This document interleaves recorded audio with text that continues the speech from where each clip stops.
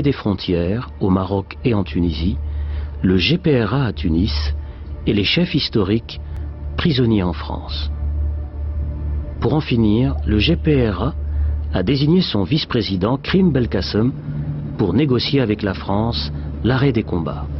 Négociation d'abord secrète, puis au grand jour, à Évian.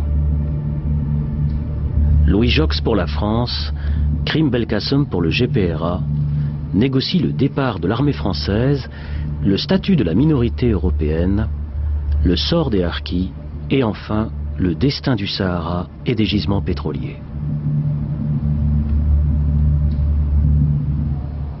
Pour nous, les négociations d'Évian, une bonne partie des négociations d'Évian, c'était un peu secret. Salah Boubnider dit Saout al-Ahrab, responsable de la Wilaya 2, nord constantinois, au maquis depuis 6 ans. C'est-à-dire, nous, on sait qu'il y a quelque chose qui vient. Mais officiellement, on n'a pas été informé. On a été informé une fois, tout est terminé. Les accords d'Évian n'étaient pas au courant, comment on pouvait le savoir? Vous entendiez des rumeurs, vous aviez des fragments d'informations? Non, pour nos informations, c'était le poste radio. C'était ça uniquement. La radio, c'est-à-dire Europe numéro 1 ou Radio Luxembourg, sur les postes transistors des soldats français. On n'a plus de risques, parce qu'il fallait prendre des risques comme ça. On se rapprochait le plus possible d'un camp, d'un poste. Et le cessez-le-feu, vous l'apprenez comment? Cessez-le-feu à la radio également. Ou comment voulez-vous? C'est ça, les gens ne savent pas ces détails, mais c'était coupé. C'était extraordinaire, c'était l'ennemi qui nous informait. À travers la radio, à travers la presse. Nous étions informés. Le 18 mars 1962, après plus d'1 an de difficiles négociations, un accord est enfin conclu entre les deux parties. Parmi les négociateurs, côté algérien, Reda Malek. Pendant toutes ces négociations, qu'elles soient secrètes ou publiques, on ne s'est jamais touché la main. Avec les délégués français, oui. Jamais. Parce que nous étions en guerre. Le 18 mars, à 17h, Jox a fait un discours pour la coopération, la réconciliation entre les deux pays. Et c'est à ce moment-là qu'il s'est levé et qu'il a touché la main des délégués algériens. Et qu'il y a eu une photo qui a été prise. Parce que pendant toutes ces négociations, il n'y a jamais eu de photographe. Même public, ces négociations étaient connues, etc. Mais à l'intérieur, dans la table de négociation, il n'y a pas de photo. La seule photo qu'on a, c'est celle où on a serré la main de délégués français. Ici Évian, eh bien ça y est, la guerre est finie, la paix est signée à Évian. Il y a quelques minutes à peine, les hélicoptères ayant à leur bord les membres de la délégation algérienne sont repartis. La paix est signée. Combattant de la guerre, aujourd'hui, le cessez-le-feu est proclamé.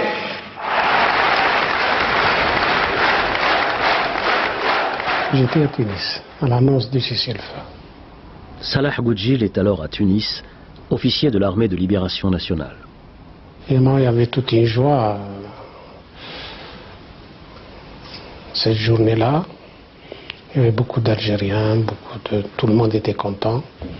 Les Tunisiens aussi étaient très contents. Il y avait semble d'une fête. Mais ça restait quand même, après le 19 mars, on pensait tous, après le 19 mars, comment que les choses allaient se passer après le 19 mars.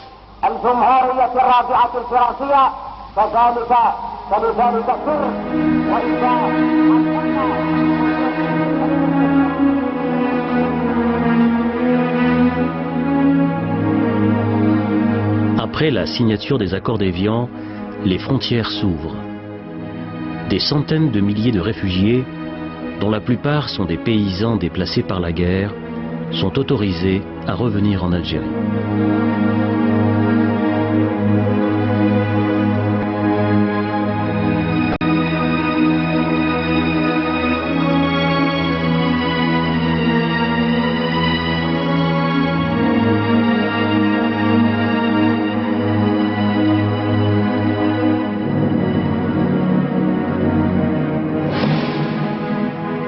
Parmi eux, après 7 ans d'exil, Abderrazak Bouhara.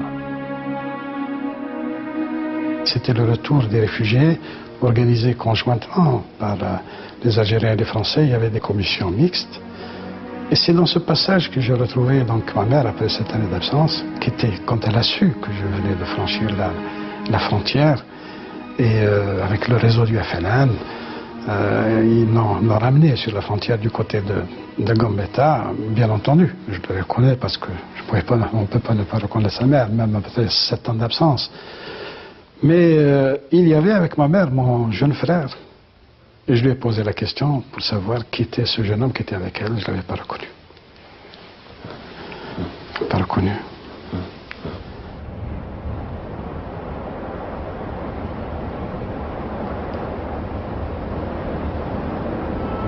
Des zones entières ont été interdites aux Algériens pendant la durée du conflit.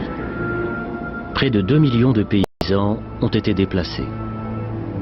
8000 villages ont été détruits. La tâche de reconstruction de l'Algérie sera très difficile.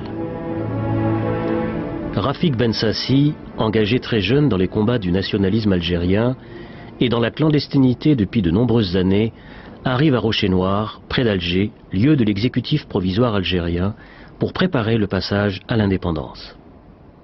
J'étais envoyé par le colonel Karim Ben Qassim, qui à l'époque assurait la fonction de président du comité de guerre. Et moi j'avais appartenu à son cabinet militaire. Je m'occupais du renseignement et d'autres choses aussi. Et donc vous avez été envoyé à Rocher-Noir, à l'exécutif provisoire. Oui. Pour préparer le passage à l'indépendance? Préparer un peu ça, mais c'est surtout pour la lutte anti-OAS. Il fallait mettre en place des commandos à partir des éléments qui rentraient de l'ex-fédération de France et qui venaient des commandos de l'ALN, pour préparer un embryon de police et de gendarmerie algérienne et en même temps passer à la phase finale de la lutte anti-OAS avec les commandos des services spéciaux français aussi qui ont participé. La guerre n'est pas finie. Au nom de l'Algérie française, l'OAS plastique et assassine. Politique du chaos et de la terre brûlée. Est-ce que l'OAS avait songé à s'approcher de Rocher-Noir? Ils ont fait exploser plusieurs bombes à l'intérieur de la cité administrative. C'était truffé, hein. Il y avait beaucoup de sympathisants de l'OAS. Donc c'était une espèce de coexistence un peu bizarre, mais bon, ça fonctionnait comme ça. Violence, assassinat, destruction, affrontement, l'Algérie semble plongée dans le chaos.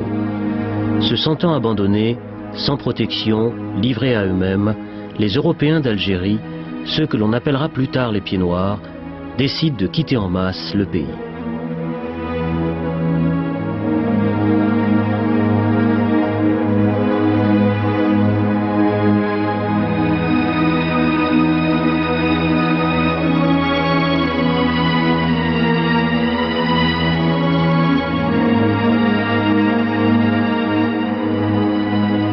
C'était une vision, je ne peux pas dire acceptable, mais vraiment pénible. Toutes ces familles complètement abandonnées pratiquement, laissées à elles-mêmes, avec des enfants, des femmes. D'ailleurs, à ce propos, j'ai vécu un épisode qui m'a douloureusement marqué. C'est du côté de l'Harrach, l'ex-usine de carreaux, de carrelage ou de briques. Un jour, un de mes amis, le chef de commando, m'a demandé de l'accompagner. Et puis, par hasard, il m'a dit, si tu veux voir, nous avons des prisonniers ici. Et quand je suis rentré là-bas, c'était l'horreur, quoi. Il y avait plusieurs dizaines de familles avec des femmes, des enfants. Ils étaient en règle générale kidnappés quand ils allaient sur la route de mise en marche. Ils étaient arrêtés par qui? Il y avait des désirs de vengeance, il y avait du gangstérisme, il y avait de la stupidité. C'était des Européens? Oui, pour la plupart, oui. Pour la plupart, qui avaient été enlevés avec des femmes, des enfants, des vieillards, etc. Alors, moi, j'ai pris sur moi la décision d'alerter immédiatement le commandant Ousdir Omar, qui a alerté le commandant Asdin. Et par la suite, tout le monde a été libéré et escorté jusqu'à Maison-Blanche. La période était complètement des accès, c'était l'affolement partout, il n'y avait plus d'autorité nulle part. Les troupes de l'armée française étaient cantonnées dans leur casernement, et donc c'était un peu la loi de la jungle. L'armée française, près de 400 000 hommes en Algérie, décide de quitter progressivement, et plus vite que prévu, le territoire algérien. Avec eux, 60 000 soldats harkis et leurs familles décident de choisir l'exil par crainte d'un destin tragique.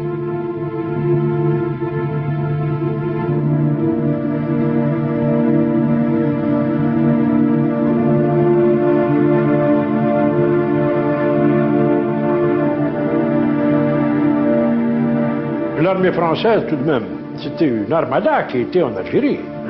Dans les accords, on avait prévu qu'il fallait les ramener à 80 000 hommes au bout d'une année après l'autodétermination. Et ensuite, procéder à l'évacuation définitive dans un délai de 24 mois. En fait, oui, c'est-à-dire 3 ans, c'est toujours les 3 ans dont on avait parlé pour les droits des Européens. Eh bien, ce qui s'est passé, c'est que finalement, l'armée française a quitté l'Algérie totalement, avant une année, après l'autodétermination.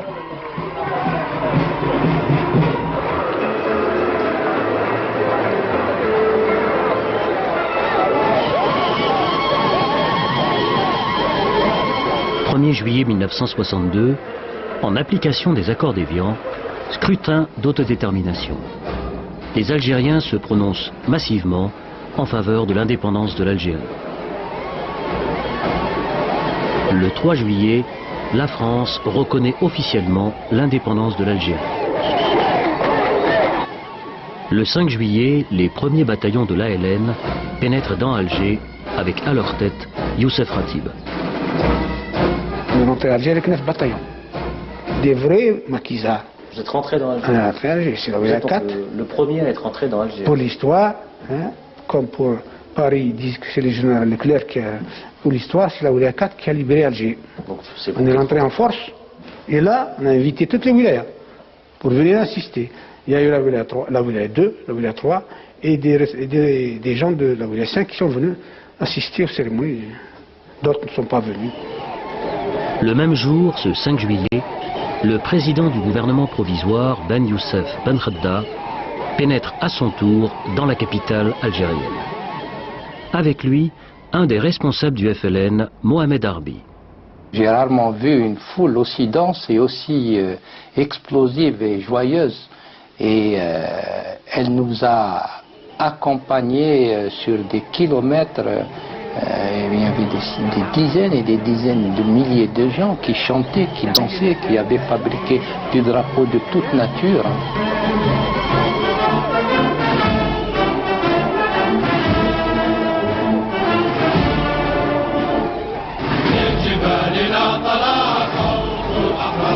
De retour également avec le GPRA, Hossein Ait Ahmed, leader historique de l'insurrection contre la France, est libéré depuis peu après 6 années d'emprisonnement. C'était un instant de bonheur et surtout de voir la joie, de voir le déferlement d'enthousiasme, les danses. C'était une atmosphère presque magico-métaphysique. C'était extraordinaire. C'est surréaliste de voir des femmes enlever leur voile, se mettre en jupon, aller embrasser les hommes.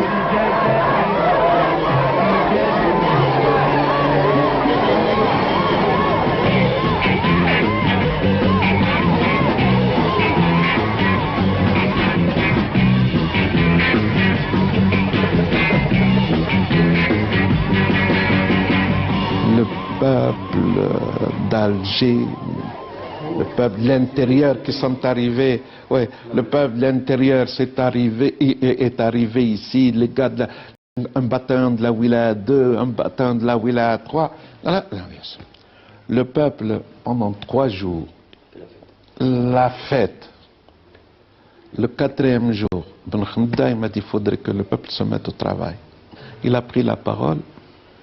Au niveau de la ville, il a dit demain, il faut retrousser les manches, il faut aller travailler. Le lendemain, tout le monde s'est mis au travail. Ce capital-là, on aurait pu faire de ce capital quelque chose de merveilleux. L'indépendance, c'est une indépendance merveilleuse. Rabah Zerari dit le commandant Asdin, monté très jeune au maquis, arrêté par l'armée française, évadé, clandestin et responsable pour le FLN de la ville d'Alger. C'est fini. Les moteurs de chars, on ne va plus les entendre. Les bombardements de Meshta, c'est terminé. Les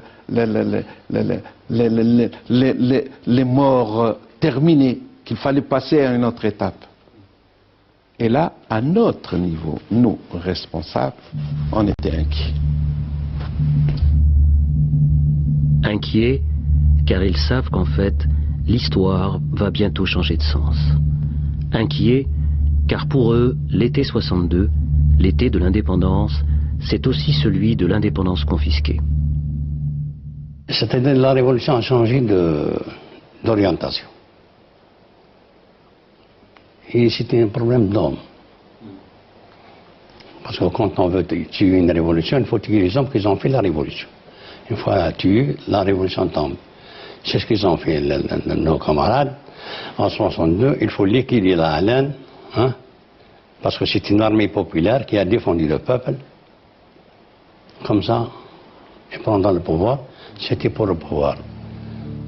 Au moment où se réalise leur rêve, l'indépendance de l'Algérie, les luttes pour le pouvoir s'exacerbent. Comment s'est jouée cette histoire, secrète, difficile et compliquée, qui va conduire à l'indépendance confisquée? Retour en arrière. 2 ans plus tôt, et retour sur les hommes, les 5 leaders historiques emprisonnés. Rabah Bitat, Ben Bella et Ahmed Boudiaf ne formaient pas, disons, un groupe homogène. Ils ont eu, sans aucun doute, on le sait maintenant, des problèmes de cohabitation en prison qui ont joué autant que les divergences politiques. Et donc, on avait Boudiaf qui était allié à Krim, Aït Ahmed qui jouait la neutralité mais qui n'avait pas de force propre.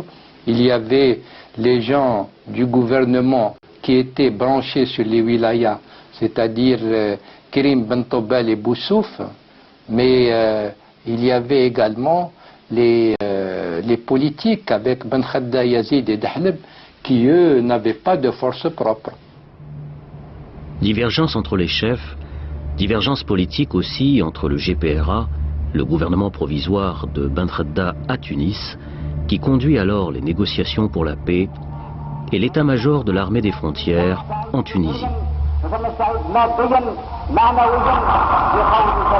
Cette armée, que dirige un état-major général sous les ordres du colonel Boumedienne, est forte de 60 000 hommes.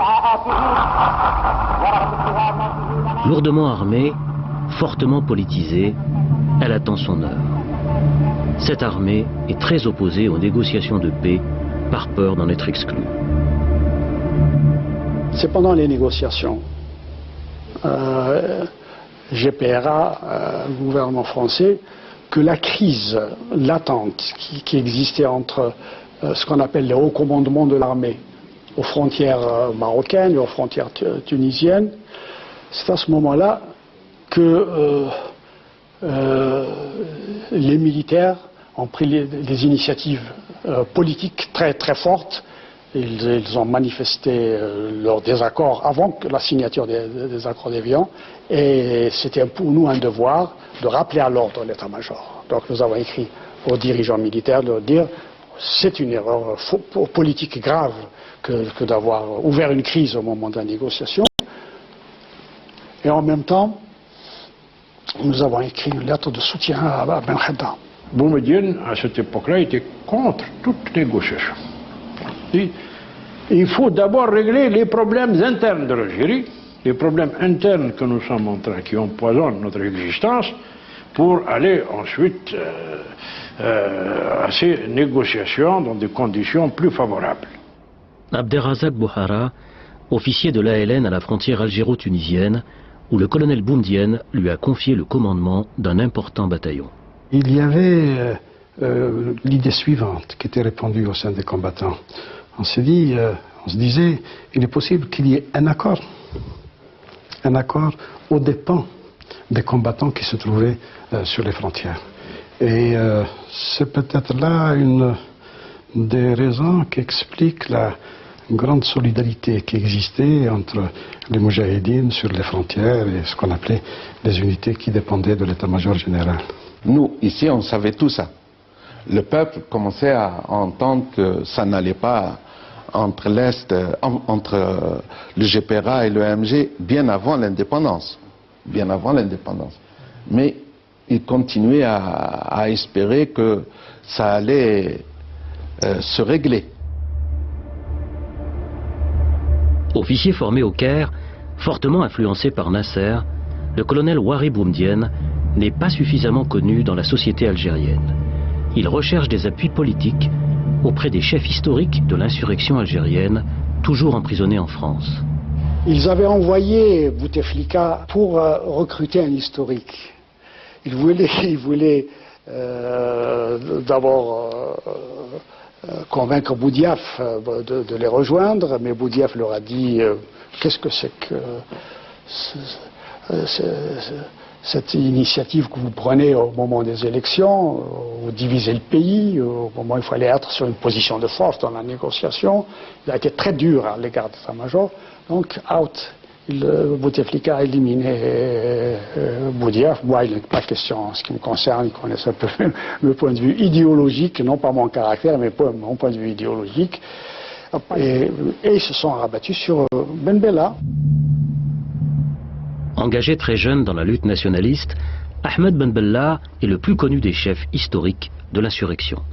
Sans Ben Bella, je ne pense pas que l'état-major de Ghardemao aurait pu réellement s'imposer. Il avait besoin d'une tête politique qui passe, et Ben Bella passait depuis des années comme étant le leader politique du front. Alors, sous la bannière de Ben Bella, l'état-major pouvait se placer. C'était la lutte pour le pouvoir qui avait commencé déjà lorsque les 5 étaient en prison, dont le président actuel Bouteflika servait d'agent de liaison.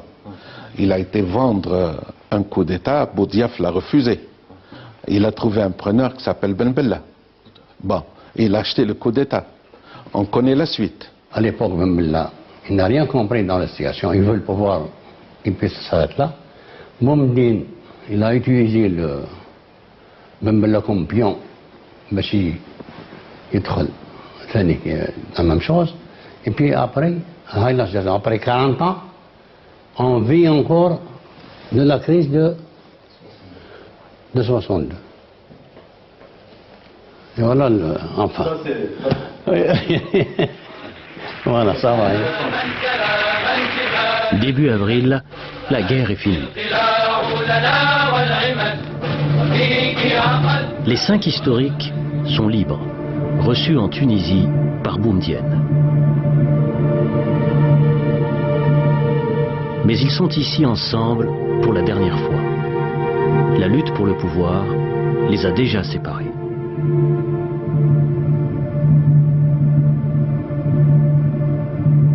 Vous savez, personnellement, j'ai fait des efforts pour que nous rentrions unis. J'ai profité de ma présence au Caire lors de la réunion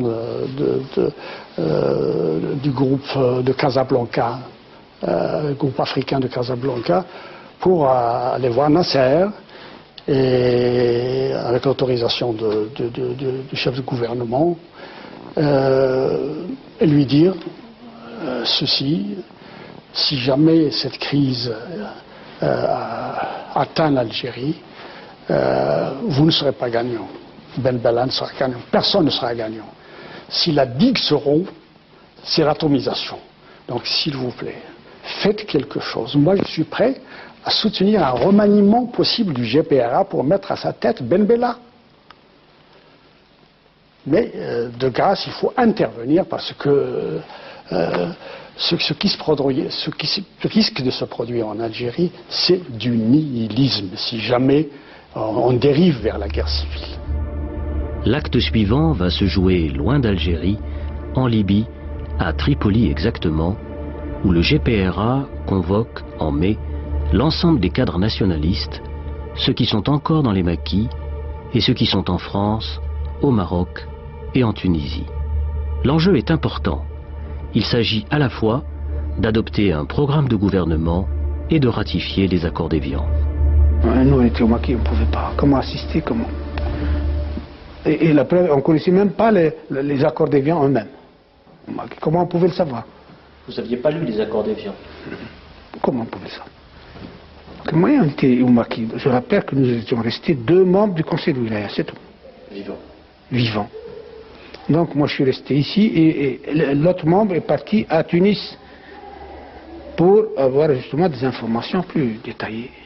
Nous n'avons pas été parce que nous étions ici à Alger à faire des choses beaucoup plus importantes et plus sérieuses. C'était la lutte contre l'OAS. Il ne faut pas oublier qu'à l'époque, il y avait une centaine de morts par jour.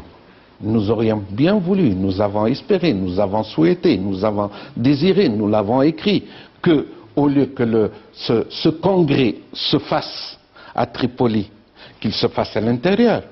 Le premier congrès du FLN-ALN s'est fait un 20 août 1956 et à l'intérieur du pays. Oui, pourquoi le deuxième congrès, alors que nous sommes indépendants, ne se ferait pas à l'intérieur, avec les dirigeants cooptés, tels que moi, tels que Ami Salah et les autres, bien sûr qu'ils assistent, élargis aux cadres qui ont été formés par la Révolution. Personnellement, j'étais contre la réunion du Conseil national de la Révolution à Tripoli, parce que pour moi, ce qui était important, c'est d'envoyer tous les cadres disponibles à l'intérieur du pays. Il y avait la lutte contre l'OAS, et une fois en Algérie, créer les conditions pour une préparation démocratique du congrès du FLN. C'était ça ma vision. Je m'étais opposé, mais minoritaire. Malgré tout, le Conseil national de la Révolution algérienne s'ouvre à Tripoli fin mai. Pourquoi Tripoli? Raison toujours inconnue aujourd'hui. Par sécurité et par crainte de l'OAS, aucune photo, aucune image n'a été prise de cet événement. Avec les accords de cessez-le-feu, le Conseil doit aussi adopter un programme de gouvernement. Nous, on a été à Tripoli, convoqués à Tripoli pour ratifier les accords d'Évian.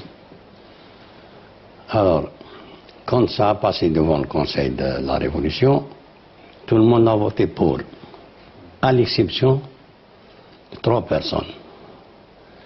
Moumdine, Nasser, colonel Nasser, ou Guy Slimane. Hein? Je ne sais pas exactement, alors ils ont voté contre. Quand on a dit pourquoi vous votez, parce que vous avez vendu l'Algérie à la France. Ah bon? Je dois dire en passant que la critique des accords d'Évian a été faite par les négociateurs eux-mêmes. Ben Yahya et moi, nous étions dans cette commission et nous avons donné les faiblesses et les concessions qu'on était amenés de faire parce que ce qui nous intéressait, c'était d'installer un gouvernement sur le sol national. Sur le fond, tout le monde était d'accord. Comment organiser un État, quelle est l'orientation économique, quelle est l'orientation sociale, tout le monde était d'accord sur le programme. Il a été voté à l'unanimité. Il a été voté à l'unanimité. C'est important de dire à l'unanimité parce que ce qui va suivre après.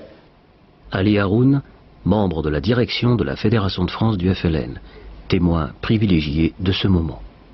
Si vous vous reportez à la presse ou aux déclarations des uns et des autres, on va vous dire les uns sont les vrais révolutionnaires, les autres sont les contre-révolutionnaires. C'est pas vrai. C'est pas vrai parce que la plateforme a été votée à l'unanimité. Donc c'est pas un conflit idéologique. Alors on a adopté la plateforme et après l'adoption de la plateforme, de notes folkloriques Ferhat Abbas crie, il dit ça, c'est du communisme mal digéré. Il a voté quand même. Et Mohamed Saïd, il a dit Heil Hitler. Lorsque le vote à l'unanimité a été proclamé, il a dit Heil Hitler. Donc, le vote a lieu à l'unanimité, et puis, à ce moment-là, il y a suspension de séance, et on dit, maintenant, nous allons entamer le deuxième point de l'ordre du jour, qui est la désignation de ce qu'on appelait l'idara en arabe, c'est-à-dire l'administration, c'est-à-dire le bureau, en fait le bureau politique. C'est au moment de la constitution du bureau politique qu'il y a un différend. C'est sur les hommes. Sur les hommes, voilà. L'ambiance étant surchauffée, des mots très regrettables ayant été prononcés par certains, et l'atmosphère chauffant de plus en plus, Omar Boudaoud dit s'il vous plaît, silence, silence, je suspends la séance, on verra demain matin. Et depuis, le CNRA ne s'est jamais retrouvé dans son intégralité. Donc, on n'a pas eu de vote, ce qui fait que nous sommes restés suspendus depuis. Il n'y a pas eu, sortant du CNRA de Tripoli, une direction qui était issue d'un vote où une majorité s'est prononcée régulièrement contre une minorité. Voilà ce qui s'est passé. La révolution algérienne, d'un coup, se trouve privée d'une représentation politique. Non. Disons, n'a plus de représentation acceptée par tous. Voilà. C'est là le malheur de l'Algérie actuelle. C'était le premier coup d'État, qui ne dit pas son nom. Et ils nous ont même collé la crise, en disant c'est une crise de wilayat. C'est faux. On s'entendait merveilleusement. La wilaya 1 s'entendait avec la 2, la 3, la 4, la 5, la 6, la zone autonome. Tout marchait très bien jusqu'à cette date-là de la réunion de Tripoli. C'est là où ils nous ont introduit, si vous voulez, le poison de la discorde. Discorde, mésentente, le programme de Tripoli est adopté à l'unanimité, mais les accords de cessez-le-feu ne seront pas respectés. Première entorse, le commandant Abderrazak Bouhara reçoit l'ordre de faire mouvement vers l'Algérie. Je fais partie de ceux qui ont violé les accords d'Évian. Parce que les accords d'Évian précisaient que les unités de la LN devaient rester sur place. Et moi, j'avais reçu un ordre pour franchir la frontière, pas tout seul, avec un peu plus d'une compagnie, pour établir une relation avec les responsables de la wilaya 1 et de ce qu'on appelait auparavant la base de l'Est dans la région de Soukharas, c'est-à-dire établir des relations avec l'intérieur. J'ai franchi la frontière avec un laissez-passer du Croissant Rouge. Et je n'étais pas en tenue militaire, j'étais en tenue civile. Avec lui, Salah Goudjil, sous les ordres du colonel Ouari Boumdienne. On est rentré avec les réfugiés. En civil? En civil, oui. On est rentré, on n'était pas autorisé à rentrer en militaire, parce que là, il n'y avait pas encore un accord pour que la LN des frontières traverser la frontière. L'accord, c'était simplement de dire que le cessez-le-feu, c'est fixer les deux armées dans les positions où elles se trouvaient à cette date du 19 mars. Et ceux qui étaient à l'extérieur restent à l'extérieur jusqu'au moment où il y aura la proclamation de l'indépendance reconnue par le gouvernement français. À partir de là, l'armée des frontières peut rentrer, mais elle ne pouvait pas rentrer avant. En fait, elle était rentrée, elle s'était infiltrée déjà, et l'armée française a fermé les yeux parce qu'il y avait toute une dynamique de l'indépendance qui s'était installée. Alors, le 5 juillet, quand le peuple d'Alger fête en toute innocence l'indépendance, les responsables, eux, sont inquiets. Personne ne savait que le clash avait eu lieu à Tripoli, sauf quelques responsables. Et puis, on n'était pas arrivé à la confrontation. Nous espérions toujours que le CNRA, dont la séance avait été suspendue à Tripoli, aurait été de nouveau convoqué à Alger, et puis, comment dirais-je, qu'il aurait terminé sa mission. Et on aurait à ce moment-là élu un bureau politique qui soit l'émanation de l'ensemble des membres et qu'il allait se réunir jusqu'au jour où, le 22 juillet 1962, M. Ben Bella a déclaré à Tlemcen, le bureau politique, c'est moi. Voilà. Le 22 juillet. 22 juillet 1962. Entre-temps, l'armée des frontières commence à s'avancer. Le 24 juillet, ils sont devant Constantine. Khalfallah Abdelaziz est alors le responsable de la ville de Constantine. Les troupes se sont infiltrées à partir d'Aïn-Mela et sont venues encercler Constantine. Et comme ils avaient les renseignements, parce qu'il y avait des éléments à nous aussi, qui étaient dans les frontières, donc ils connaissaient, ils avaient tous les points de repère, les PC où se trouvaient, et le PC d'Aouila a été encerclé, tout l'état-major était donc emprisonné, encerclé, et le PC de la Mitaka aussi, qui était sous ma responsabilité. Bon, il y avait aussi d'autres invités du GPA, comme Dr Bell, étaient encerclés, beaucoup de gens étaient encerclés dans la nuit, et c'était fini. La prise de la Constantine s'est faite comme ça. Moi, j'ai pas été arrêté parce que j'ai pas passé la nuit là-bas, parce que j'étais trop ciblé. Et donc, il y a eu des victimes Ah oui, oui. On a tué le commandant de la caserne, la Jouette, a été abattu. Abattu, oui, froidement, quoi. Il y a eu 4 ou 5 morts. Certains responsables des maquis de l'intérieur, comme Salah Boubnider, tentent de s'opposer à ce coup de force, à cette avancée de l'armée des frontières. On a fait une réunion ensemble. Des responsables de wilaya. Des wilayas, voilà. Alors on a fait une réunion ensemble pendant 3-4 jours. On n'a pas trouvé une solution. Alors j'ai pris une décision, j'ai pris une décision, on a fait une proposition, Anna et Hassan, qu'on a plus que. Sinon qu'on a libéré l'Algérie. On va partager le pouvoir en deux. Une partie qui va s'occuper de l'ALN et de l'Assemblée, l'organiser, et de la paix. Et une partie qui va s'occuper du FLN et de la population aussi pour les organiser, en attendant d'arriver voilà, au Congrès. Alors on a proposé la proposition, ça a été accepté par tout le monde. Entre le groupe Ben Bella Boumdienne et les wilayas, Youssef Ratib, le chef de la wilaya 4, tient à rester neutre.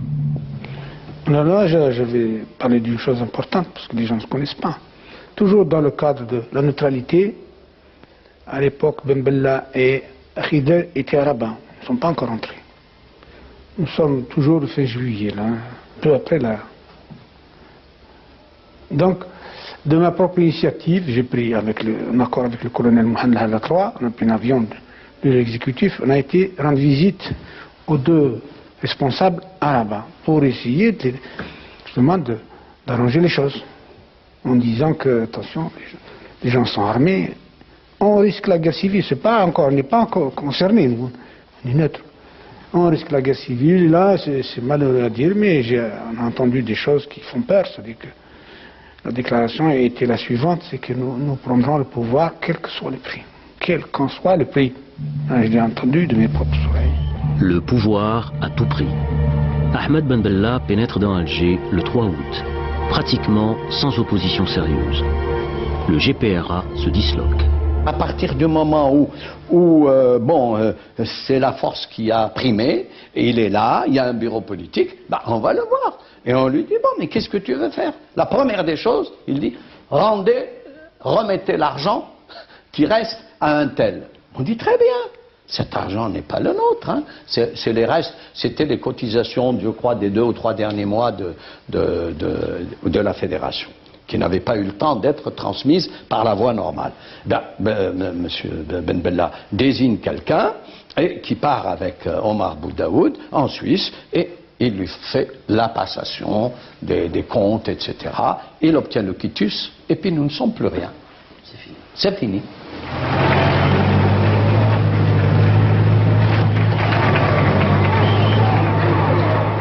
août, de manière inexorable, l'armée, dirigée par le colonel Boumedienne, avance vers Alger.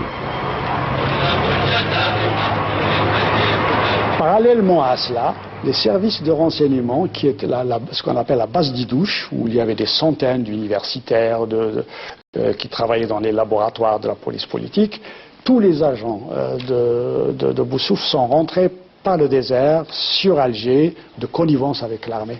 Donc c'est cet instrument, disons, politique dont disposait l'armée qui, en définitive, a facilité la prise d'Alger. Moi, je ne vous cache pas que, personnellement, moi, j'étais partagé.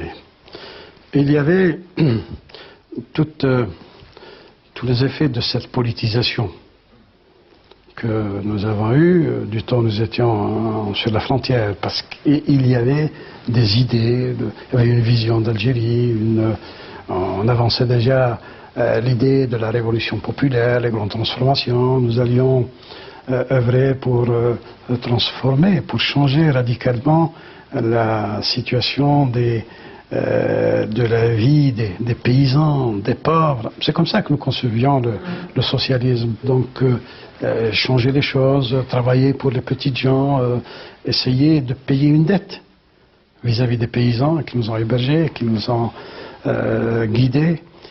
Ça, c'était... Je pensais à ça, mais je pensais aussi à autre chose. Je me suis dit, moi, l'Algérie est indépendante, j'ai arrêté mes études.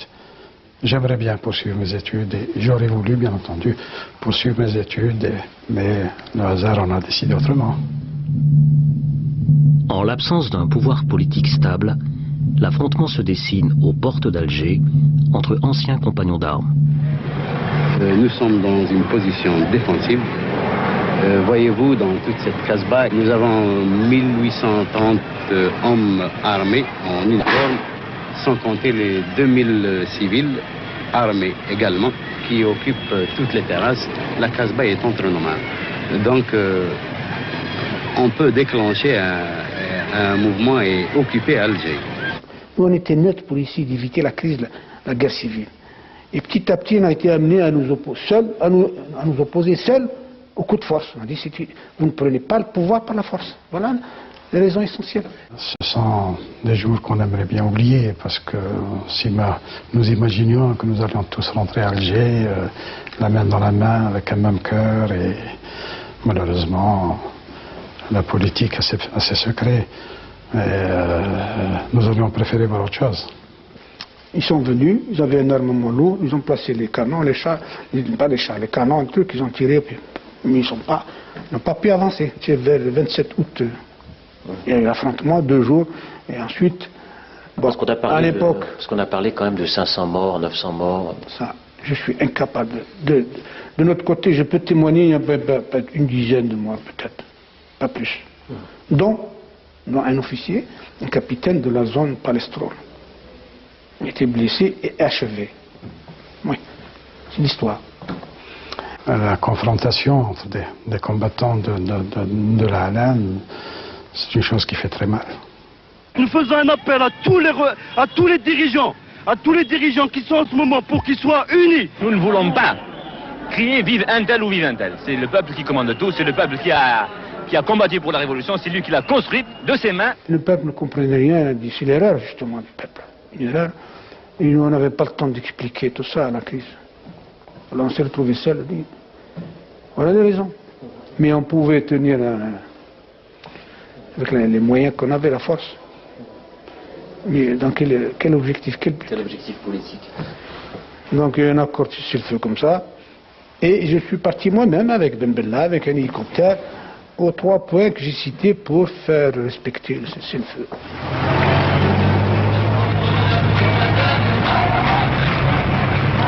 C'est fini.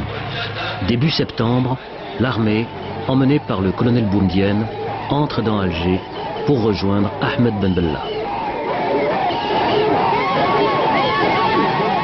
C'est le peuple qui est vainqueur. C'est ce que j'ai dit tout à l'heure, que c'est le peuple qui a imposé la présence du bureau politique ici. Cela peut paraître paradoxal. Nous n'avons jamais eu une tête une direction politique. La révolution algérienne a souffert constamment d'une méningite cérébrale, si l'on pourrait dire. C'est la première fois qu'il y a une autorité politique. Je pense que ce n'est pas l'autorité politique définitive, mais son état. Dernier acte de cet été 62. Fin septembre, une assemblée élue se réunit, présidée par le vieux leader nationaliste, Ferhat Abbas, pour établir la constitution du nouvel État. J'ai le privilège et l'honneur de présider en ce jour historique à l'ouverture des travaux de la première Assemblée nationale algérienne souveraine. J'ai été désigné au niveau de l'Assemblée comme membre de la sous-commission chargée de rédiger l'avant-projet de constitution. Nous nous sommes réunis pendant des semaines et des semaines. On nous demandait d'attendre. Et puis un beau jour, on nous dit réunion en plénière. En plénière, quand on se réunit, qu'est-ce qui s'était passé 2 ou 3 jours avant? Eh bien, dans un grand cinéma de la ville qui s'appelait le Majestic, qui s'appelle maintenant l'Atlas, on avait réuni tous les cadres du parti, on avait fait un projet de constitution, on l'a voté à main levée dans ce cinéma, et puis ensuite on est venu nous le proposer à l'Assemblée. La constitution a été faite dans un cinéma par des gens choisis sur le volet, comme on dit. Trier sur le volet. Trier sur le volet. Et puis, évidemment, chaque fois, ils essaient de respecter les formes. Ils l'ont imposé à l'Assemblée constituante. C'est là où le sens de l'honneur, chez certains hommes comme Ferhat Abbas et d'autres, ont démissionné. Vous savez, il y a chez nous, je ne sais pas le traduire en français. Dans une déchira, il y a des gens qui partent sur des chevaux pour jouer l'air. La femme, elle a vu son fils partir. Quelque temps après, ils sont revenus lui dire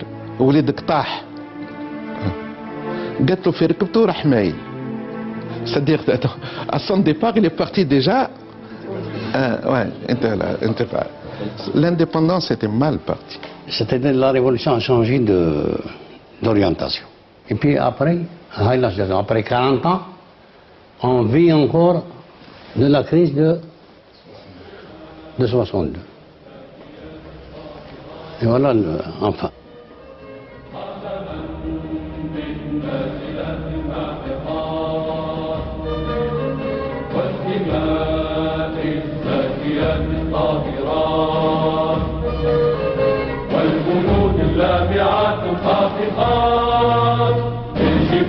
الشامخات الشاهقات نحن صرنا فحياة أو ممات وعقدنا العزم أن تحيا الجزائر فاشهدوا فاشهدوا فاشهدوا.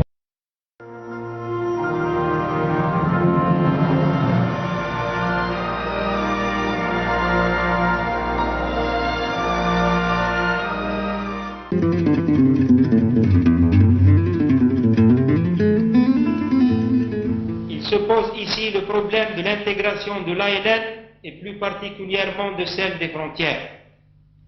Cette question délicate qui constitue l'un des points essentiels de la reconversion ne pouvait et ne peut être tranchée que dans le cadre de la création de l'armée nationale algérienne.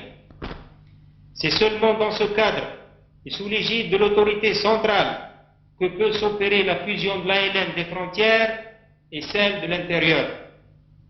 Or, certains officiers qui ont vécu à l'extérieur n'ont pas connu la guerre révolutionnaire comme leurs frères du maquis. Guerre basée essentiellement sur le peuple et dont l'ALN n'a été que le fer de lance. Le peuple a été l'artisan principal de l'indépendance. Ces officiers qui sont restés pendant la durée de la guerre aux frontières tunisiennes et marocaines ont souvent tendance à ne compter que sur la force des armes. Cette conception dangereuse conduit à sous-estimer le rôle du peuple, voire à le mépriser, et crée le danger de voir naître une féodalité ou une caste militariste telle qu'il en existe dans certains pays sous-développés, notamment en Amérique latine. Là se retrouve la maladie de l'exil. La révolution n'est pas l'œuvre d'une fraction du peuple, mais elle est basée sur la mobilisation de tous les Algériens. La cheville ouvrière, le gardien vigilant de la révolution, c'est le militant, avec ou sans uniforme, qu'il soit dans le FLN, l'ALN, les syndicats ou toute autre organisation nationale. L'armée est au service de la nation, c'est-à-dire qu'elle est sous l'autorité directe et absolue du gouvernement qui exprime la souveraineté nationale. Elle n'est pas la source du pouvoir selon l'idée simpliste qui confond force armée et origine du droit et du pouvoir. Cette origine ne peut être que le peuple. C'est là un principe de base de notre révolution et de toute démocratie. Aujourd'hui, le cessez-le-feu est proclamé.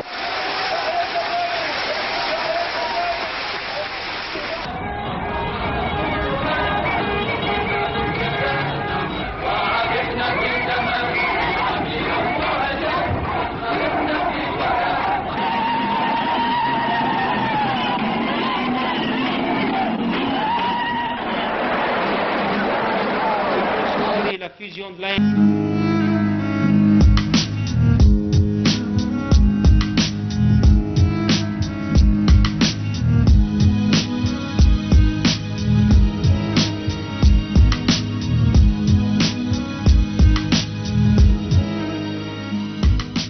Au nom du... Qu'y a-t-il de changé? Sinon, la destitution d'un homme. Il a bouffé tout le monde. Je m'excuse encore de l'expression.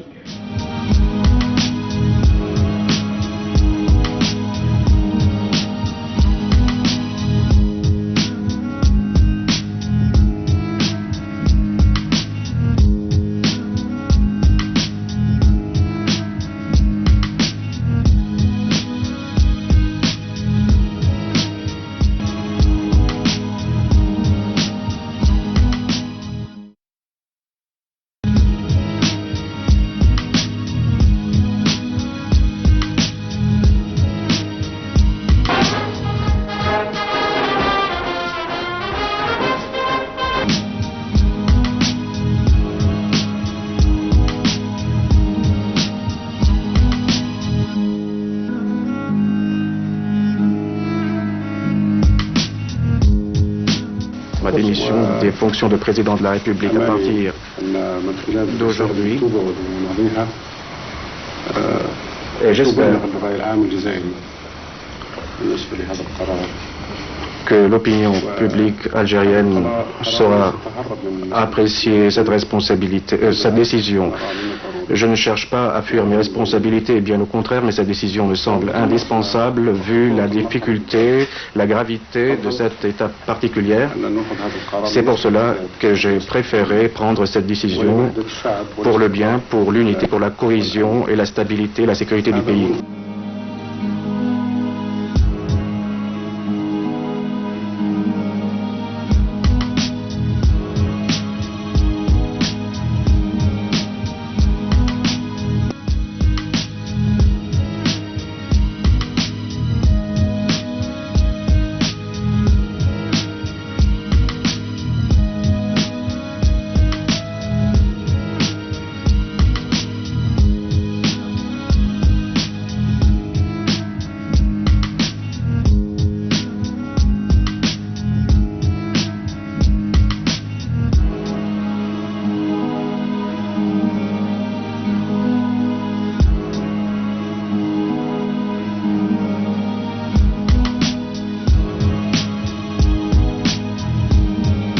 Hein?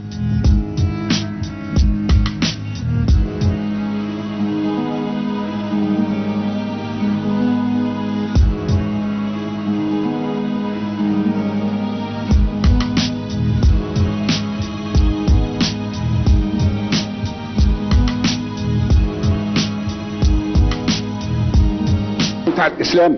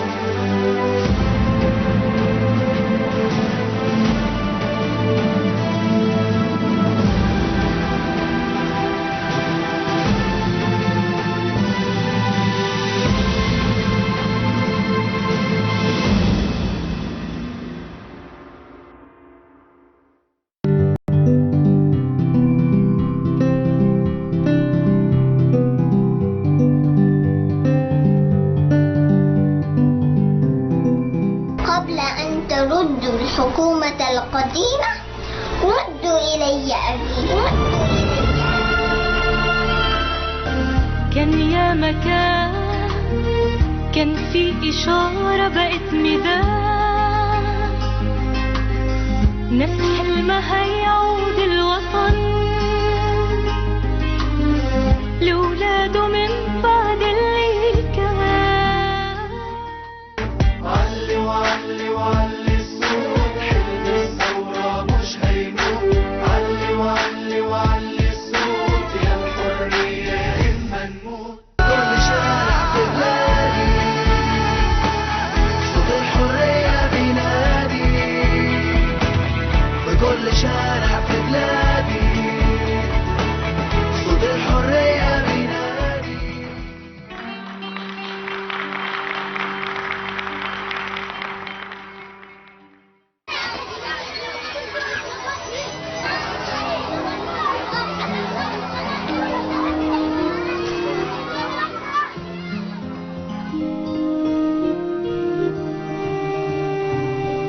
أخبرنا أستاذي يوما عن شيء يدعى الحرية،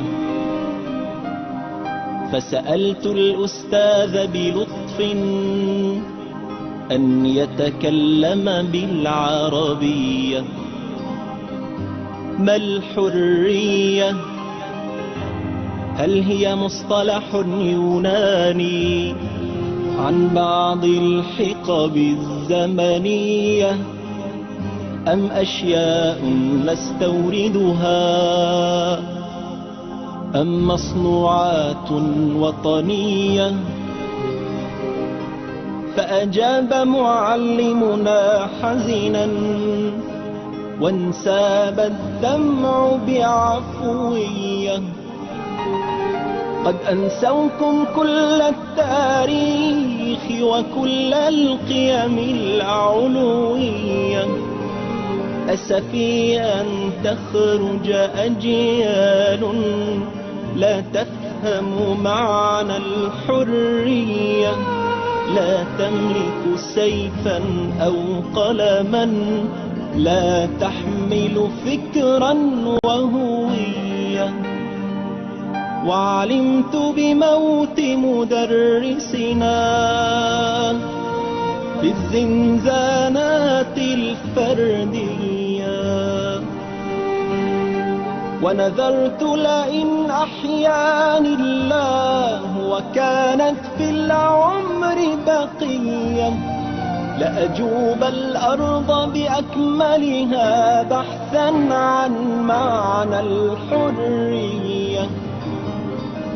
ووقفت بمحراب التاريخ لأسأله ما الحرية، فأجاب بصوت مهدود يشكو أشكال الهمجية: إن الحرية أن تحيا عبدا لله بكلية، وفق القرآن ووفق الشرع ووفق السنن النبوية، لا حسب قوانين طغاة أو تشريعات أرضية وضعت كي تحمي ظلاما وتعيد القيم الوثنية.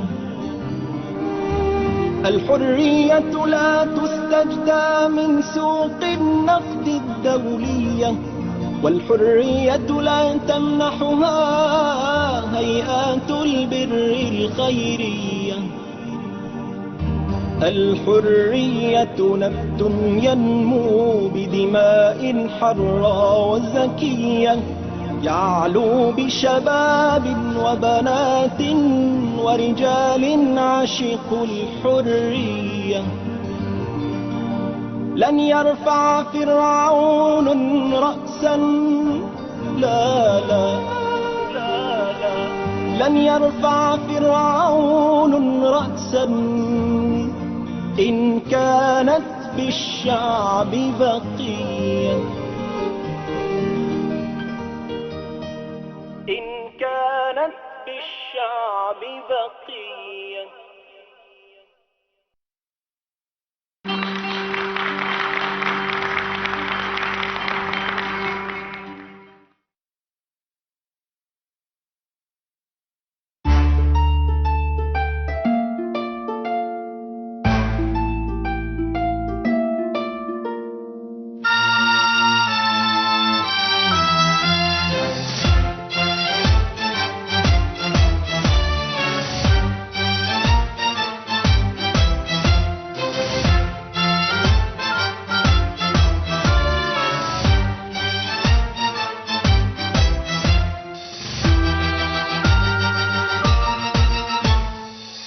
تقدموا تقدموا الظالمون سيندموا إياكم تستسلموا وخذوا القرار تقدموا تقدموا سيروا إليهم واهدموا ذل الحصار لن ننحني قولوا لهم لن ننحني لسنا تراثا أو عبيدا أو عقار لسنا نمل من الهزام مهما طال الانتظار لسنا نساوم أو نخاف أو نطأطئ باعتذار قولوا لهم أن الليالي مهما طال ظلامها لم تستطع حجب النهار تقدموا تقدموا الظالمون سيندموا إياكم تستسلموا وخذوا القرار تقدموا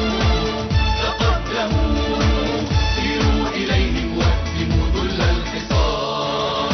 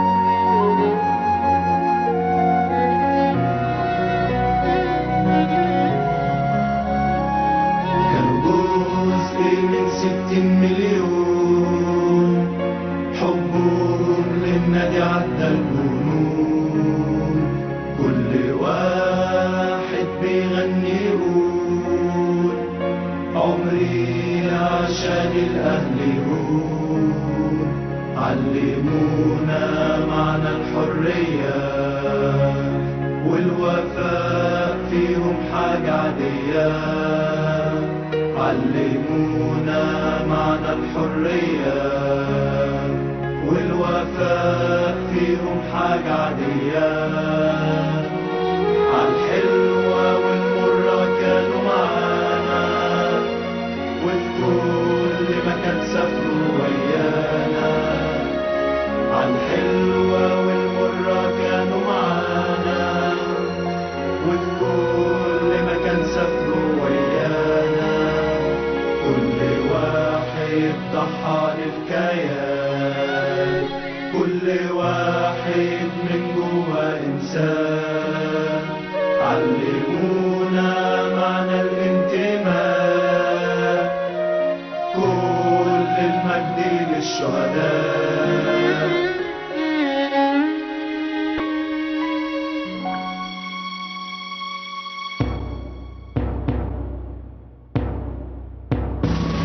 الاسم كان محمود غندور، إنسان طيب ومش مغرور. الاسم كان محمود سليمان، إنسان من صناع الحياة. الاسم كان كريم جونيور، ورا الأهل بيلف يدور. الاسم كان إسلام علوان، ورا الأهل في كل مكان. الاسم كان أحمد يوسف، انتماء صعب يتوسف. الاسم كان مصطفى صار، كله طيبة واحترام. الاسم كان سيد جودة، جدعانة شنمة والغلام. الاسم كان رشدي الفنان، قائد أوركسترا التالتة شمال.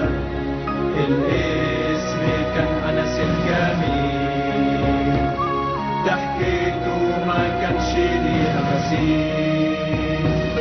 الاسم كان كريم فوزان، كان مثال للالتزام.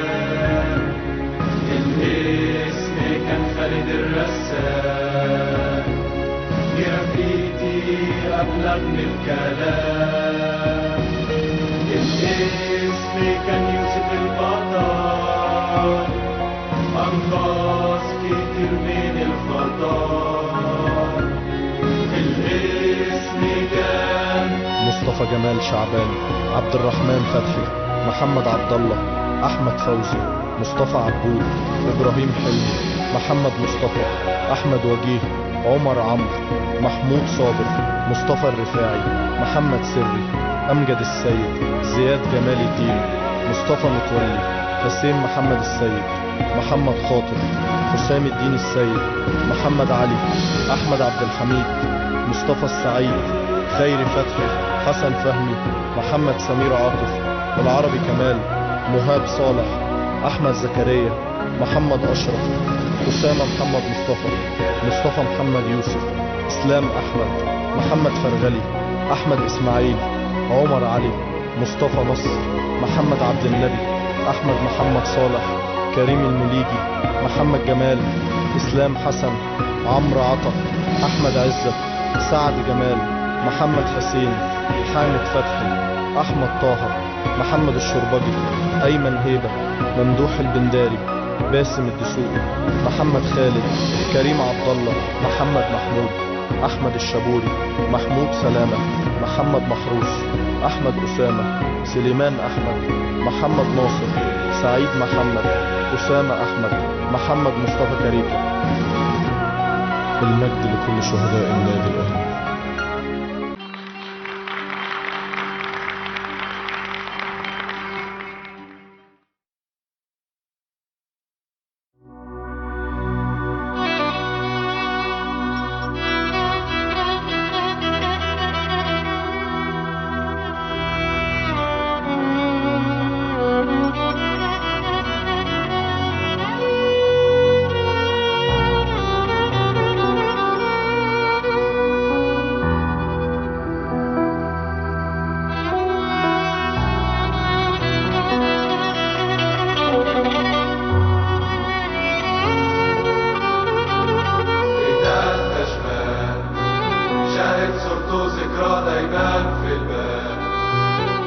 وقف ضد المجلس بأعلى صوت وعمره ما اختار السكوت.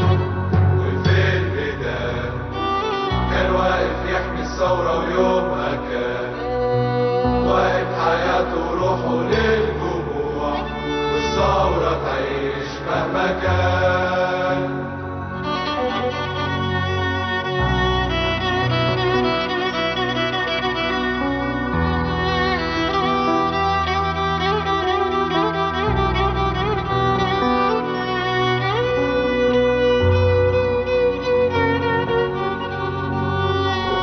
سعيد كان واقف بينا طول اليوم سعيد، راح يومها وخد معاه أغلى الشباب، رجعنا نشوفكم من جديد.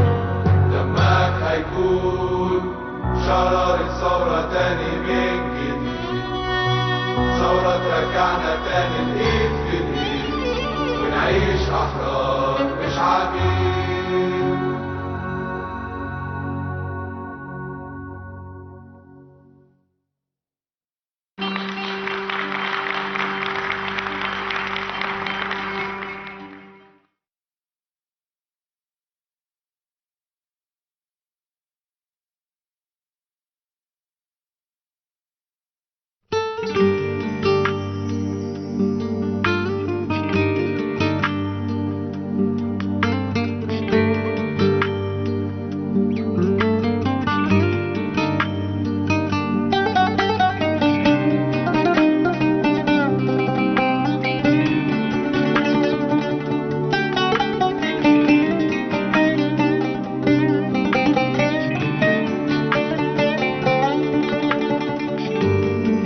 دفترك والوردة بين أوراقه، خطك وعطرك فوق سطوره تلاقوا، بكرك بيسلم على الحلم الشهيد وبيبني جنة خلد فوق أشلاقه. يا وقفتك في الحر يا تكبيرك، يا لفتك وسط الكفن بحريرك، يا طهر 16 سنة كان يوم هنا، قولي لي طلقة غدر كتر خير.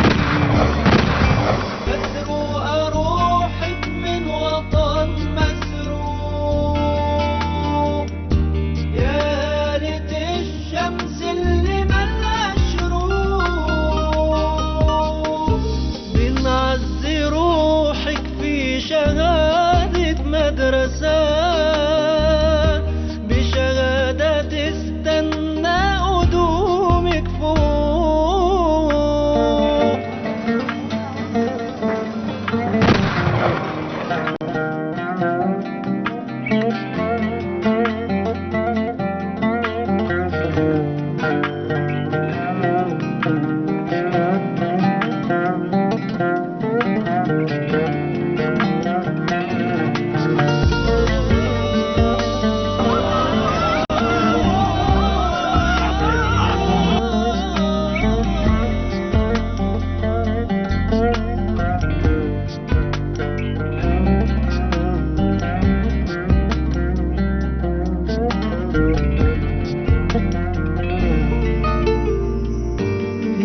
زفتك للجنة يا فستانك، يا سبق خطابك لعرس جنانك، لو سلم القلب الجميل للفضفضة ما تكلميش الجنة عن أوطانك. احكي الحرية عن عريسها الجاي، اسمه على جبينه الشهيد الحي، وما تغلطيش وترددي سيرة وطن بيبوس ولاده بالرصاص الحامي. مسروقة روحك من وطن مسروق، يا هانة الشمس اللي مشروق. بنعز روحك في شهادة مدرسة، بشهادة تستنى قدومك فوق.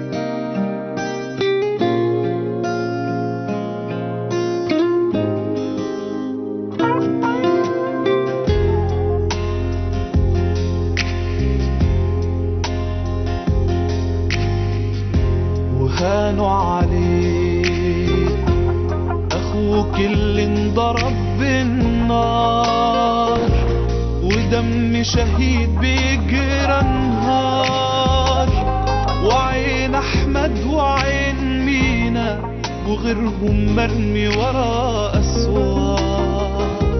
وهانوا عليك ركعت أوام نسيت ناس، وإن الكلمة من راس، وحرية بنبنيها وضعف سبيلها يا معمار. وهانوا عليك سنين عشناها في الضلمة، بصادف كل يوم أزمة، خراب ودمار، خراب ودمار. دخلت اللجنة بإرادتها تعلم على اللي باعونا، نسيت سالي وبنونا وماتوا عشان نعيش حرار.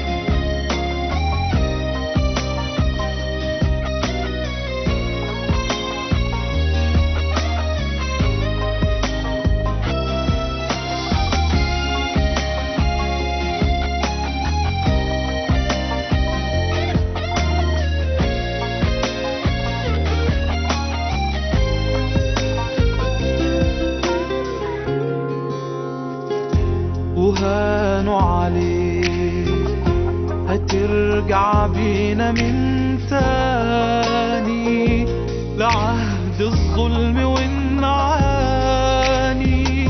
نلاقي الجاني يبقى شهيد ويتحول شهيد جاني. وهانوا عليك أخويا مصر بتنادي، تعيشوا في أرضي يا ولادي، بقوة كرامة حرية يموت المخفي جلادي. وهانوا عليك سنين عشناها في الضلمة، بصادف كل يوم أزمة، خراب ودمار، خراب ودمار. دخلت اللجنة بإرادتها تعلم على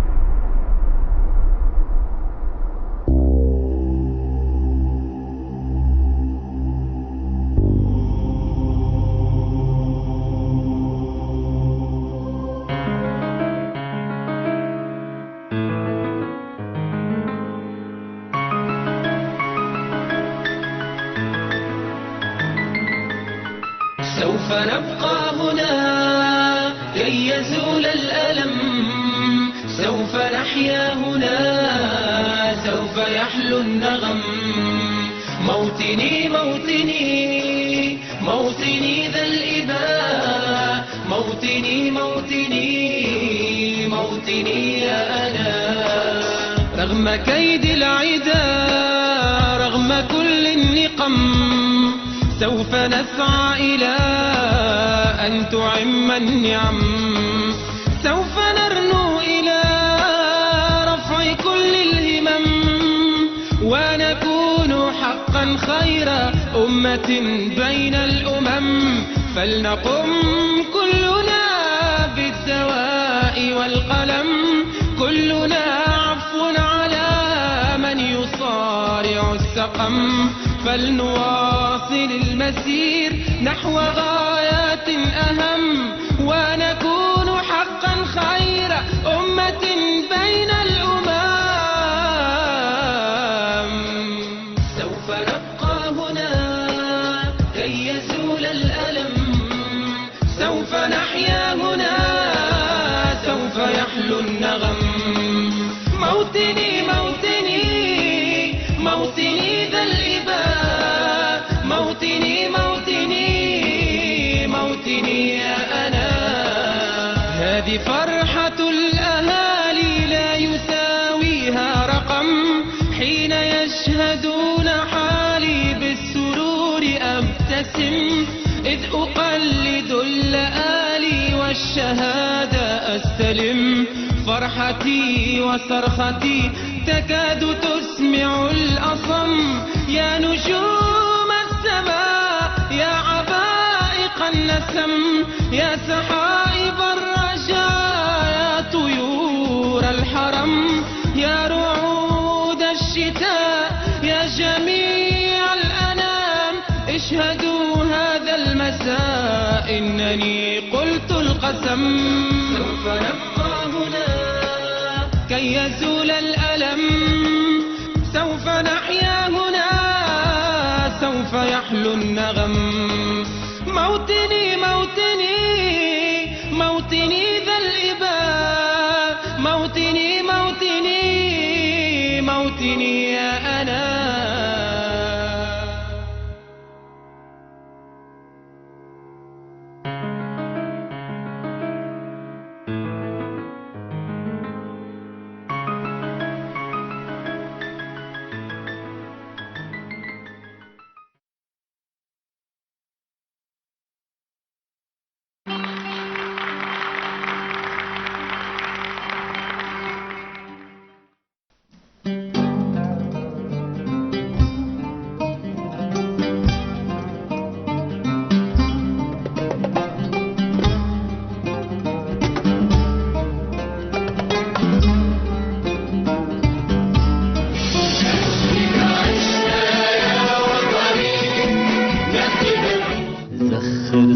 على الناس العزل يا حيف.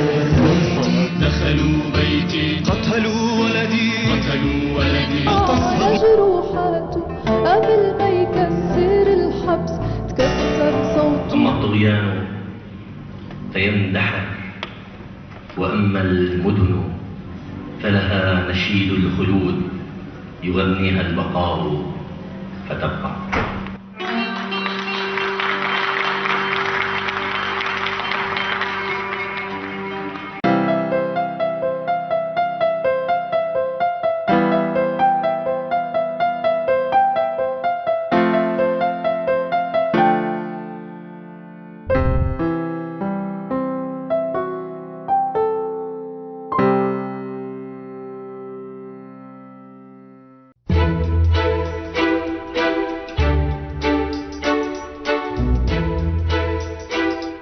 بكل صراحة، ونحن لا نخجل من قول ذلك، الأدوات من كاميرات ومن كمبيوترات أو أجهزة لتستعمل في تلفزيون رشاد هي أجهزة بسيطة جدا، وفي الغالب اشتريت دوزيام ما، أي أنها مستخدمة من قبل. وأيضا الذين يشتغلون في القناة هم أناس مناضلون مقاومون لا يأخذون مقابل ما يقومون به أي شيء، وإنما هم يؤمنون بفكرة الجزائر القوية والجزائر الآمنة والجزائر الراشدة إن شاء الله. المكر الثالث مليح، أي نقدروا نبديو الحصة إن شاء الله. السلام عليكم ورحمة الله، مرحبا بكم مشاهدينا الكرام في هذا العدد الخاص من حصة الجزائر تسمع. هذا العدد سنخصصه لتغطية المظاهرة الحاشدة التي نظمها شباب الوادي ومواطنون آخرون قدموا من ولايات أخرى للمشاركة في هذه المظاهرة. محمد والآخر الناس يتهضر معاك اللي تقول لك باللي يا ودي راكم باغيين كيما سوريا، محمد تقول لهم روحوا يتوصلونا عند أصحاب القرار، اللي يتهضر معاك في التليفون يقولوا باللي راكم باغيين ديروا لنا كيما سوريا وديروا لنا كيما مصر، روحوا قولوا عند أصحاب القرار، روحوا عند الجماعة تاع بن عفلون قولوا لهم ودي وخروا من الحكم. نحن ماضون في هذا الإطار وسنناضل من أجل التغيير الشامل والجذري المؤمن. شكرا جزيلا لك سي عبد الوهاب. نحن نعتمد أساسا على تبرعات المتعاطفين أو اشتراكات الأعضاء، ولا نقبل أي دعم خارجي من دول خارجية جهات رسمية، وإنما فقط من المتعاطفين مع قضية التغيير ومع قضية الجزائر ليس أكثر. إذن إخواني لا تبخلوا بتبرعاتكم وبمساعدتكم مهما كانت طبيعتها لكي تستمر هذه القناة من إيصال الحقيقة وإيصال الكلمة لكم ومنكم وإليكم.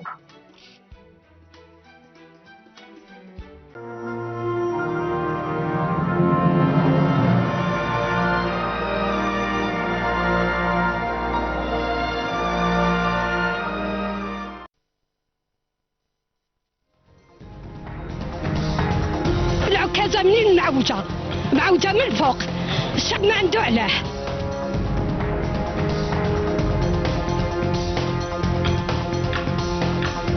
زادوا لنا السكر، زادوا العدس، زادوا المعيشة كاع، السكنة كاين. يا خوتي قال لي ماشي قادر تقول لي يروح. بلاد العدالة نايمة والحقرة قايمة.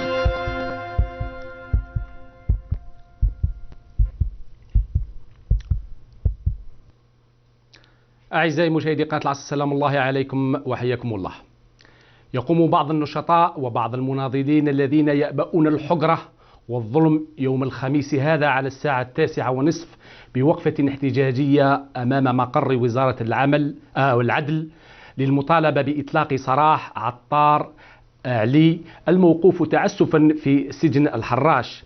ذنب هذا المواطن أنه يناضل من أجل دولة القانون وحقوق الإنسان، فعطار قد سبقه في غيابات سجون السلطة كثير من خيرة هذا الوطن والذين يقبعون منذ عقود في سجن الحراش والأنبيز والسركاجي والبرواقية وسجن عنابة وغيرها من السجون، دون أن ننسى السجون العسكرية ودهاليز المخابرات.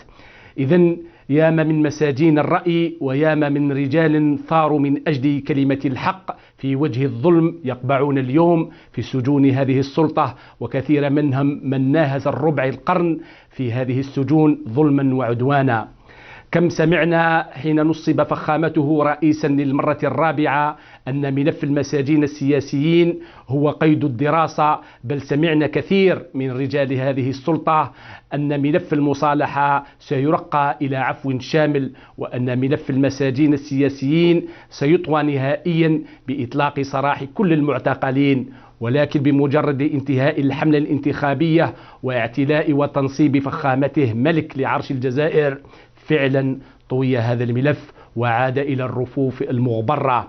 أيعقل أن يسجن مواطن لمواقفه السياسية أكثر من 25 سنة أو حتى يوم في دولة تتبجح بحقوق الإنسان وتقول أن سجونها من خالية من السجناء الرأي؟ لماذا لا يطلق سراح هؤلاء السجناء، علما أن هذه السلطة تطلق سراح المجرمين الحقيقيين في كل مناسبة؟ ألم نقرأ ونسمع كل يوم بالأخبار شابا يقتل شابا آخر طعنا بخنجر والقاتل مستفيد من العفو الرئاسي؟ ألم نسمع كلنا مسبوق قضائي استفاد من العفو الرئاسي الأخير يقتل حافظا للقرآن عشية يوم العيد من أجل لوحة إلكترونية. ألم نقرأ أن مسبوق قضائي هو الآخر استفاد من العفو الرئاسي هاجم مقر أمن ذراع بن خدة. ألم نقرأ القبض على شاب بحوزته كمية من المخدرات بعد ساعات قليلة من الإفراج عنه من سجن الحراش في إطار كذلك العفو الرئاسي وغيرها من الأخبار والتي تعد بالمئات إن لم تكن بالآلاف. إذن عفو رئاسي للمجرمين. أما سجناء الرأي أو من تعاطفوا أو انضموا لحزب معتمد من وزارة سلطة فخامته فلا عفو ولا إفراج. فمن المستفيد من هذه السياسة وإذا علمنا أن بارونات أو رؤساء هذه الجماعات المسلحة يصولون ويجولون بل يستقبلون في مكاتب وزراء هذه السلطة، لماذا يبقى هؤلاء المساجين يعانون التعذيب الفكري والجسدي وأهلهم يكابدون الشقاء والحرمان وولعات الفراق؟ فالمآسات التي يعاني منها المساجين السياسيين وعوائلهم مآسات تفوق كل التصور. فلماذا تسلط هذه السلطة العقاب الجماعي على فئة من المجتمع ذنبها الوحيد أنها لم تأبى الحجرة والحكم العسكر؟ فإلى متى يبقى هؤلاء يقبعون في سجون هذه السلطة التي تتبجح كل يوم بدولة القانون وبحرية التعبير وبكرامة الإنسان؟ فهل نطوي نحن ملف المساجين السياسيين كشعب كما طوته السلطة أم نطالب الإفراج عنهم ونقف كما تقف يوم الخميس هذه مجموعة من المواطنين للمطالبة بإطلاق سراح كل المساجين الرأي ومساجين السياسيين؟ إذن عمل وما هو دورنا نحن كمواطنين لإطلاق سراح هذه الفئة التي تناستها العصابة الحاكمة في سجونها؟ نسمع منكم بعد هذا الفاصل القصير. سامحني سي مدني، يبدو انه انتم درتوا بيان والجيش دار بيان ولكن ما كانش اتفاق مشترك. لا هذا البيان درناه مع بعض. هذا ولكن التوقيع هذا درنا اسمع كتبناه بحضور بنفليس ممثل الرئيس وبحضور الحاج بحضور الاخوه تاعي وبحضور قران احمد في اخر لحظه هذا، وطلعوا هما مروها العماري وزادوا مروها الرئيس. قلت لك الجهه الضامنه لان التوقيع سما توقعوا الجهه الضامنه. منفليس كان يتمنى يكون الرئيس هو اللي وقع، هو الضامن. وكان اللي قال العماري احنا لما كنا مشينا قلت لك من اللي بدينا حتى الوقت هذاك كان اللي يوقف معنا وما تبدلش وما تقلبش وما لعبش هي المخابرات. انا اشترطت تكون الجهه الضامنه المخابرات وحسنا فعلت، لانهم لليوم الجهه مش كل المخابرات، كان المخابرات دوكا تخدم الجهه خلاف هي اللي كتفسد، ولكن المخابرات اللي خدموا معنا لحد الساعه لليوم مازالوا معنا رجله ليل نهار. نعم نتفق نجلس نعمل نحل المشاكل نتدخل في اي وقت الى الساعه الحاضره. إذن الجهة اللي ما تبدلتش وما تقلبتش وما لعبتش هي المخابرات، والجهة الضامنة هي المخابرات. وأين محل المساجين في هذه الاتفاقية يا سي عمامة خضراء؟ أهلا وسهلا بكم. إذن بمناسبة الوقفة التضامنية التي يزمع إجراؤها